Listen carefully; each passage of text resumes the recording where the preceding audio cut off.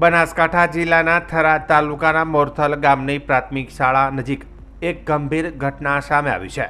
ડેડુઆ ગામના અશોકભાઈ હાજાજી ઠાકોર તેમના પરિવાર સાથે શીતળા માતાના મેળામાંથી પિકઅપ ડાલામાં પરત ફરી રહ્યા હતા। તે દરમિયાન મોટરસાઇકલ પર સવાર 3 શખ્સોએ વારંવાર હોર્ન વગાડવાનું અને લાઇટ ચાલુ બંધ કરવાનું શરૂ કર્યું હતું। અશોકભાઈએ વાહન ઊભું રાખી તેમને સમજાવવાનો પ્રયાસ કર્યો હતો।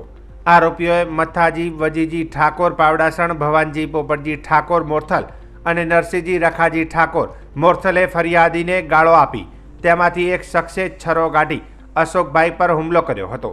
હુમલામાં અશોકભાઈને પીઠ, જમણા હાથના બાવડા અને બગલમાં ઈજાઓ થઈ હતી। તેઓ બેભાન થઈ ગયા હતા અને તેમને તાત્કાલિક હોસ્પિટલમાં ખસેડવામાં આવ્યા હતા। આરોપીઓને જાનથી મારી નાખવાની ધમકી આપી હતી અને મોટરસાઇકલ પર ફરાર થઈ ગયા હતા।